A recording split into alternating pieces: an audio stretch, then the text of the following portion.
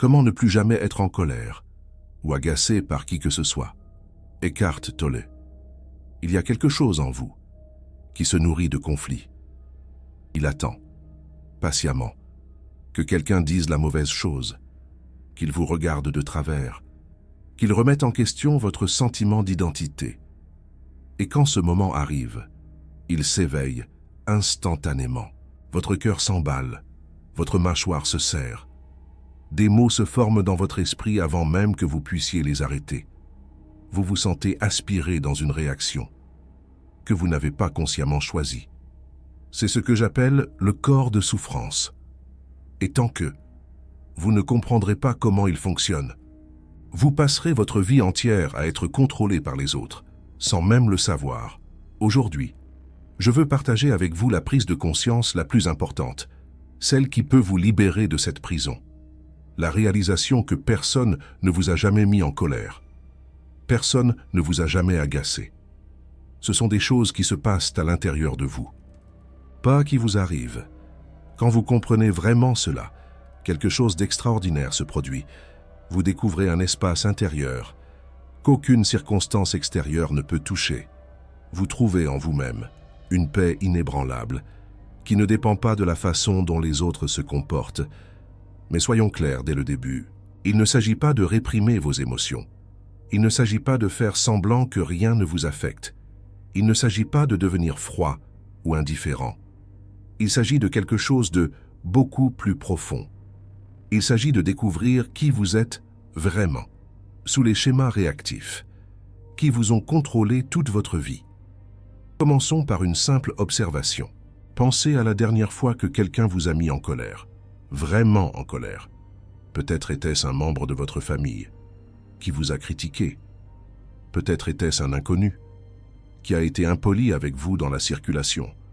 Peut-être était-ce un collègue qui s'est attribué le mérite de votre travail. Quoi que ce soit, rappelez-vous ce moment maintenant. Remarquez ce qui s'est passé à l'intérieur de vous. Il y a eu un déclencheur. Oui, quelque chose que cette personne a dit ou fait, mais ensuite, il y a eu une réponse. Et cette réponse ne venait pas de nulle part. Elle venait de quelque chose à l'intérieur de vous, qui attendait d'être activé. Voici la question cruciale. Si quelqu'un d'autre vous a mis en colère, pourquoi la même situation ne met-elle pas tout le monde en colère? Pourquoi les mêmes mots, qui dévastent une personne, peuvent-ils laisser une autre personne complètement indifférente? La réponse est simple, mais révolutionnaire. Votre colère n'est pas causée par ce qui se passe à l'extérieur de vous. Votre colère est causée par quelque chose à l'intérieur de vous, qui interprète ce qui se passe comme une menace pour votre sentiment d'identité. Cette chose intérieure, ce corps de souffrance, est une accumulation de vieilles douleurs émotionnelles qui vivent dans votre corps et dans votre psyché. Il a été créé à partir de toutes les fois où vous avez été blessé, rejeté, critiqué, abandonné, ou que vous vous êtes senti insuffisant. Chaque expérience douloureuse qui n'a pas été pleinement affrontée et acceptée à l'époque a laissé un résidu énergétique, et ce résidu n'a pas disparu. Il s'est accumulé. Il a fusionné avec des résidus douloureux similaires, provenant d'autres expériences, et avec le temps, il est devenu une entité à part entière. Une entité qui a son propre agenda. Une entité qui a besoin de se nourrir de plus de douleur pour survivre. Quand quelqu'un dit quelque chose qui résonne avec une vieille blessure, le corps de souffrance s'éveille. Il prend le contrôle de votre pensée. Il prend le contrôle de vos émotions. Il prend le contrôle de vos mots et de vos actions. Et à ce moment-là, vous n'êtes plus présent. Vous êtes possédé par une vieille douleur qui utilise la situation actuelle pour créer plus de souffrance. C'est pourquoi le même déclencheur, qui vous rend furieux, pourrait ne pas affecter du tout votre ami. Votre ami n'a pas la même blessure que le déclencheur est en train d'appuyer. Le déclencheur n'a de pouvoir que parce que quelque chose à l'intérieur de vous y répond. Je veux vous donner un autre exemple, pour que ce soit encore plus clair. Imaginez deux personnes marchant dans la rue. Un inconnu passe devant et murmure quelque chose d'insultant, à voix basse. La première personne l'entend et se sent immédiatement envahie par la rage. Son visage rougit, ses poings se serrent. Elle se retourne brusquement, prête à affronter l'inconnu. Sa journée entière est ruinée par cette brève rencontre. La deuxième personne entend les mêmes mots, du même inconnu, mais sa réponse est complètement différente. Elle remarque les mots. Elle ressent une légère perturbation dans son champ de conscience. Mais cela la traverse, comme le vent à travers les feuilles. En quelques secondes, elle l'a oublié et continue son chemin. Sa paix intérieure, intacte. Quelle est la différence entre ces deux personnes? La situation extérieure était identique. Les mêmes mots ont été prononcés. Le même ton a été utilisé. Pourtant, l'expérience intérieure était complètement différente. La différence n'est pas l'intelligence, ce n'est pas la volonté, ce n'est pas qu'une personne est forte et l'autre faible. La différence est qu'une personne avait une blessure, que ses mots ont réveillée, et l'autre pas. Ou peut-être plus précisément, que la deuxième personne avait appris à observer ses blessures sans être contrôlée par elle. Maintenant, cela peut sembler comme si je vous blâmais pour vos réactions. Ce n'est pas le cas. Vous n'avez pas consciemment créé votre corps de souffrance. Il s'est formé à travers des expériences qui étaient souvent hors de votre contrôle. Peut-être avez-vous été constamment critiqué pendant votre enfance. Peut-être avez-vous vécu une perte ou un abandon à un jeune âge. Peut-être avez-vous grandi dans un environnement où vos émotions n'étaient pas autorisées ou validées. Rien de tout cela n'était de votre faute. Mais voici la vérité libératrice. Même si vous n'avez pas créé votre corps de souffrance, vous pouvez en prendre conscience. Et au moment où vous en prenez conscience, vous n'êtes plus complètement identifié à lui. Un espace s'ouvre entre vous et vos réactions. Et dans cet espace réside votre liberté. Laissez-moi vous donner un exemple pratique de la façon dont cela fonctionne. Imaginez que quelqu'un critique votre travail. Dans le passé, votre réaction aurait pu être une colère ou une défensive immédiate. Votre corps de souffrance aurait été déclenché instantanément. Et vous vous seriez retrouvé à penser des choses comme « Qui se prennent-ils pour qui ?» ou « Ils n'ont pas le droit de me dire ça ». Vous auriez pu répondre par des mots durs ou un ressentiment silencieux. Mais maintenant, imaginez la même situation, avec conscience. Quelqu'un critique votre travail. Vous remarquez que quelque chose se passe à l'intérieur de vous. Vous sentez l'énergie monter. Vous sentez les pensées commencer à se former. Mais au lieu d'être emporté par ces réactions, vous les observez. Vous vous dites « Ah, le voilà ». Le corps de souffrance est en train d'être déclenché. Ce sont de vieilles émotions qui remontent. Il ne s'agit pas vraiment de ce que cette personne a dit. Il s'agit d'une vieille blessure qui est en train d'être appuyée. Dans ce moment de reconnaissance, quelque chose de miraculeux se produit. Vous créez une petite distance entre vous et la réaction. Vous n'êtes plus complètement perdu dedans.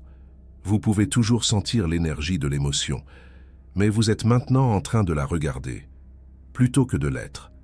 Cela ne signifie pas que l'émotion disparaît instantanément.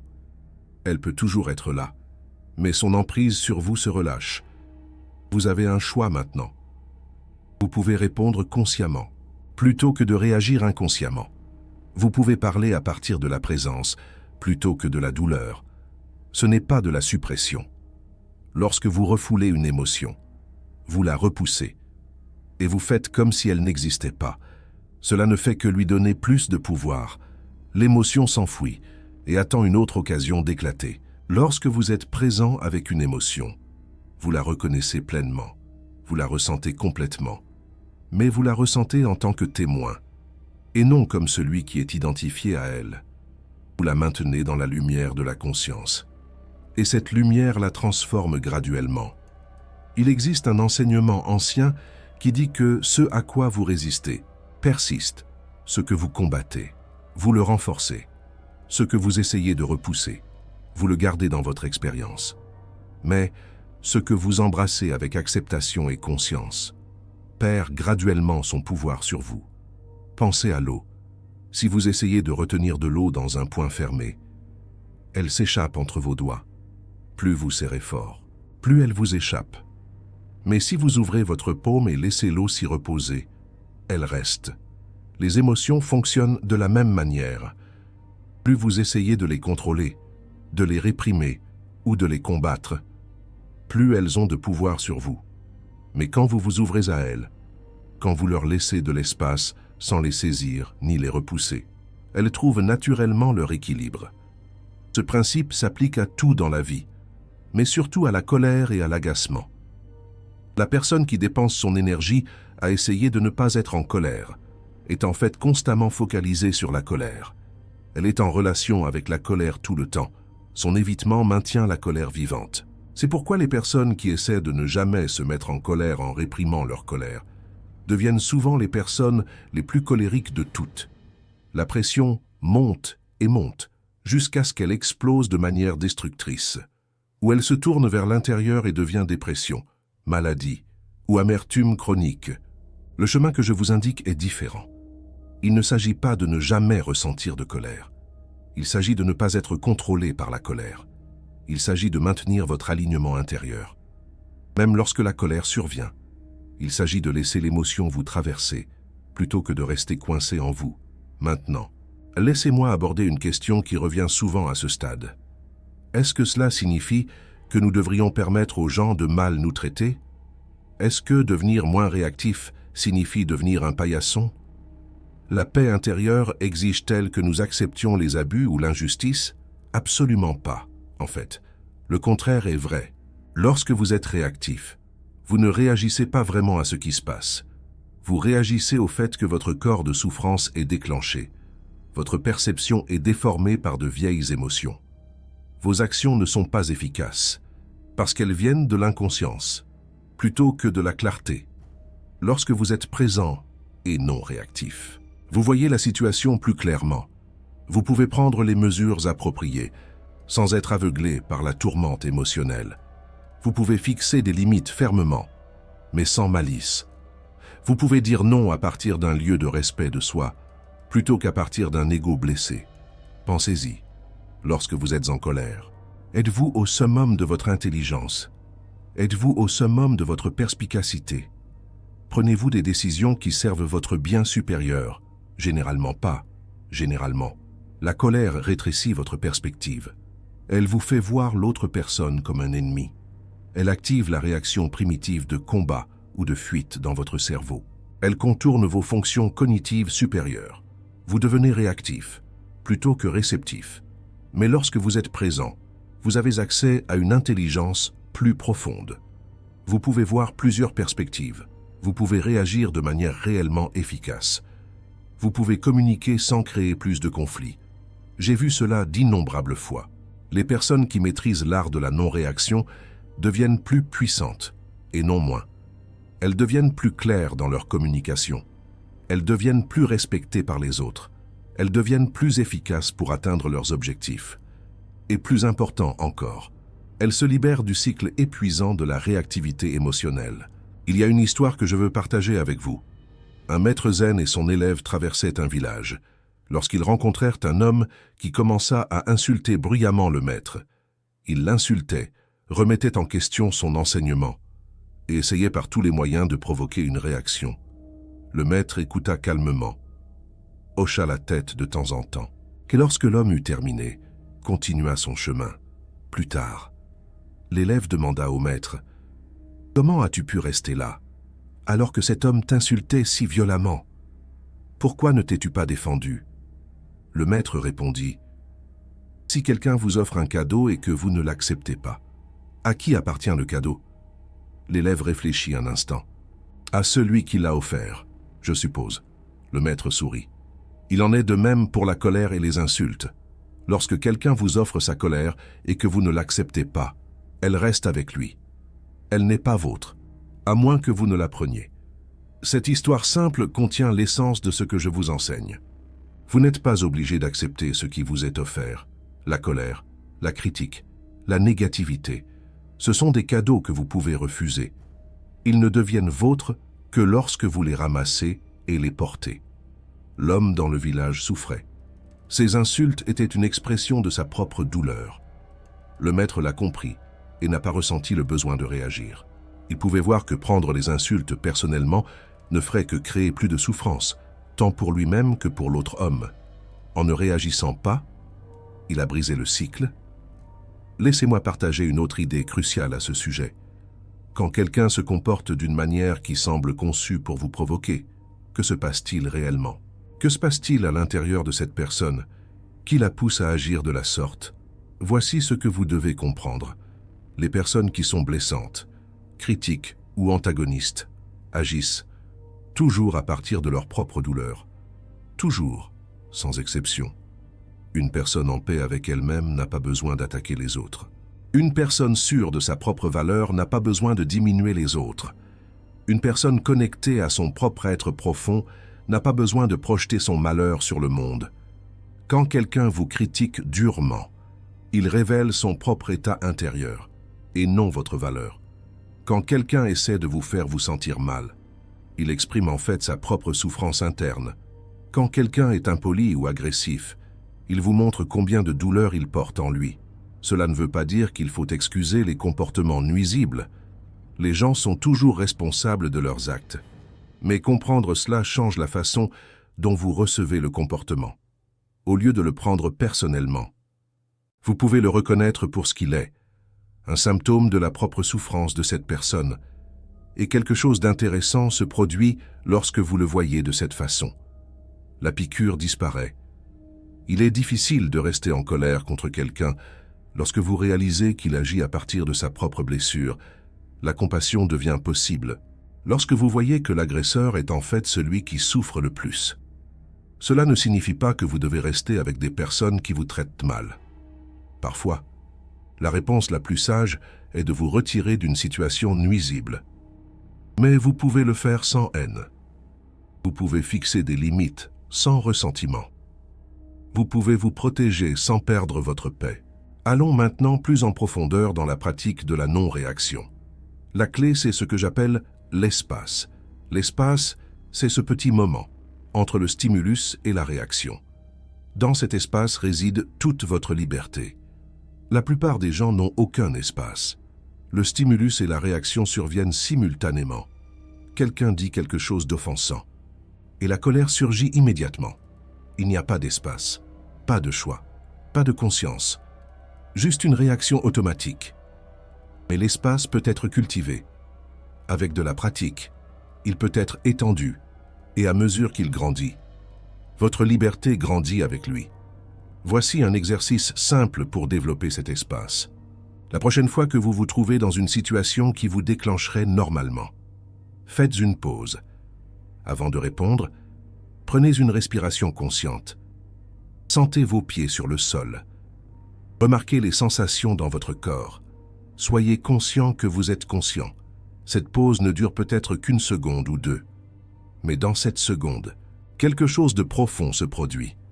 Vous sortez de l'identification complète avec la réaction. Vous devenez celui qui observe la réaction, plutôt que celui qui est perdu dedans, au début. Cela peut n'arriver qu'après coup. Vous pouvez réagir automatiquement, et ensuite réaliser plus tard ce qui s'est passé. C'est très bien. Même cette reconnaissance tardive est précieuse. Cela signifie que vous devenez plus conscient. Avec de la pratique, vous vous surprendrez de plus en plus tôt. Vous remarquerez le déclencheur au moment où il se produit. Vous sentirez la réaction monter, et vous aurez la présence d'esprit de la regarder, plutôt que d'être emporté par elle, éventuellement. Vous pourriez atteindre un point où le déclencheur ne vous déclenche plus du tout, non pas parce que vous avez refoulé quoi que ce soit, mais parce que la blessure qu'il pressait a été guérie grâce à la conscience. C'est une transformation profonde. Je veux être très précise ici sur ce à quoi cela ressemble dans la vie quotidienne. Disons que vous avez un membre de la famille, et que ce soit votre tante Ginette ou votre oncle Bernard, qui a toujours été critique envers vous. À chaque réunion de famille, ils font un commentaire sur votre poids, votre travail, vos choix, dans le passé.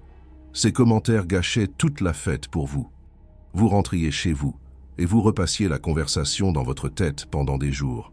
Vous composiez des arguments imaginaires où vous disiez enfin ce que vous pensiez vraiment. Maintenant, imaginez aborder cette même situation avec présence. Vous arrivez à la fête.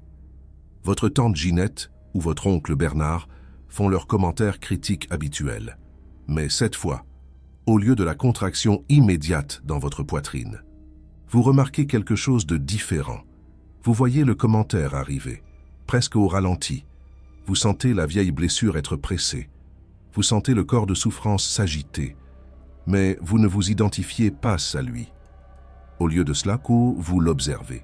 Vous pensez, « Ah oui, revoilà ce vieux schéma. Revoilà la blessure de l'enfance. Revoilà la partie de moi qui a encore besoin de la validation de cette personne. » Et dans cette observation, vous créez de l'espace. Vous pouvez encore ressentir quelque chose. Un léger malaise, une légère irritation. Mais cela passe rapidement. Parce que vous ne l'alimentez pas avec des pensées. Vous n'y ajoutez pas d'histoire. Vous ne le transformez pas en quelque chose de plus grand qu'il ne l'est. Et quelque chose de remarquable se produit. Vous pouvez actuellement voir votre tante Ginette ou votre oncle Bernard clairement maintenant. Vous pouvez voir leur propre insécurité qui les pousse à critiquer. Vous pouvez voir leur propre douleur qu'ils projettent. Et au lieu de la colère, vous pouvez ressentir quelque chose comme de la compassion. Non pas parce que vous essayez d'être spirituel, mais parce que quand vous voyez clairement, la compassion surgit naturellement. C'est une réaction authentique. Laissez-moi vous dire quelque chose d'important sur ce processus de guérison. Vos blessures ont été créées dans l'obscurité de l'inconscience. La douleur était trop forte pour être affrontée à l'époque. Alors elle a été poussée dans les ombres de votre psyché. Là, elle est restée, évitée et non examinée, gagnant en puissance grâce à votre résistance à elle. La guérison se produit lorsque vous amenez ces blessures dans la lumière de la conscience. Lorsque vous vous tournez enfin vers la douleur que vous avez fuie. Lorsque vous vous permettez de ressentir ce que vous aviez peur de ressentir. Il ne s'agit pas de s'attarder sur le passé ou d'analyser sans fin votre enfance. Il s'agit d'être présent avec ce qui se présente dans l'instant présent. Parce que votre corps de souffrance ne vit pas dans le passé. Il vit dans le moment présent, activé par les déclencheurs actuels. Et il ne peut être guéri que dans le moment présent, grâce à la puissance de votre présence.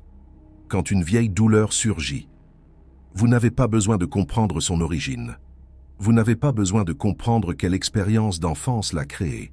Vous avez simplement besoin d'être pleinement présent avec elle, de la ressentir sans vous enfuir, de lui permettre d'être, sans essayer de la changer. Cette laisser-être n'est pas passif. C'est la chose la plus puissante que vous puissiez faire.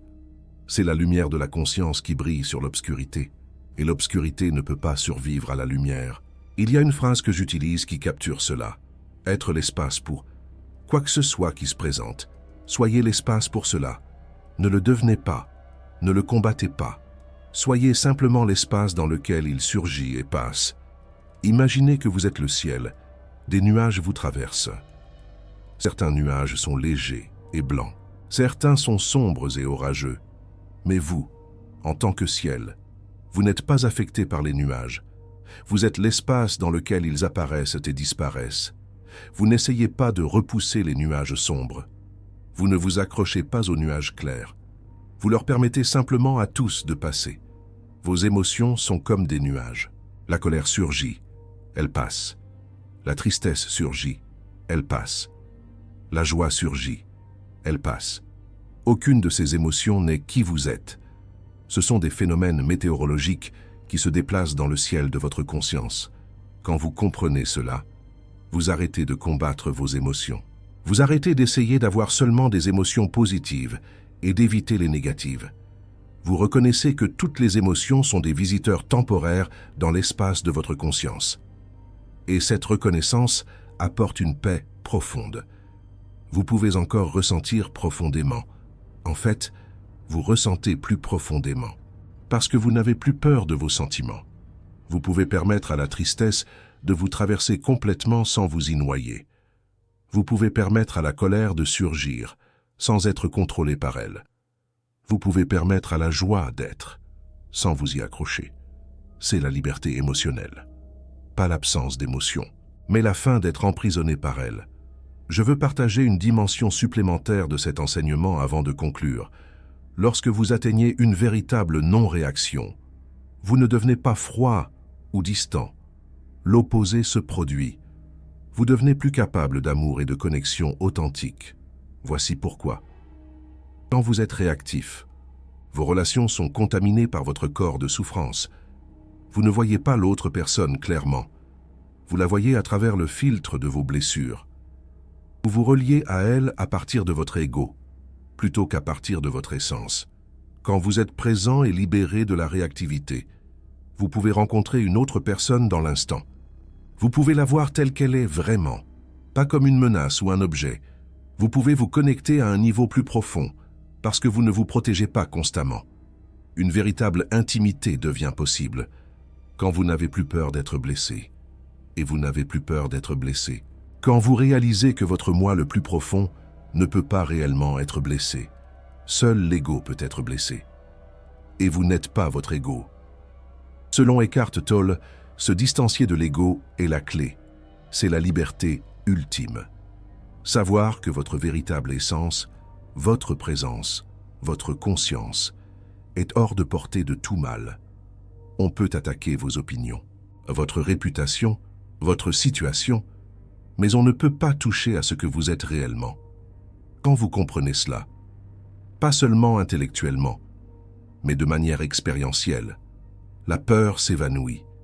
Et avec la peur disparaît le besoin de se défendre. Et avec le besoin de se défendre disparaît la réactivité.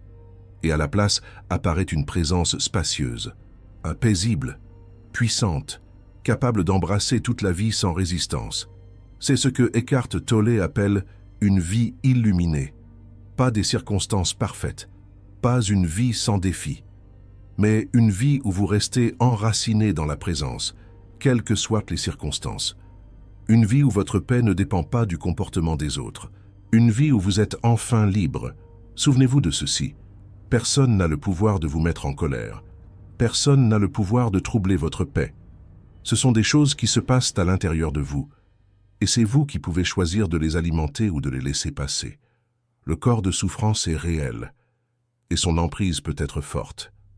Mais vous êtes plus fort. Votre conscience est plus forte. Votre présence est plus forte.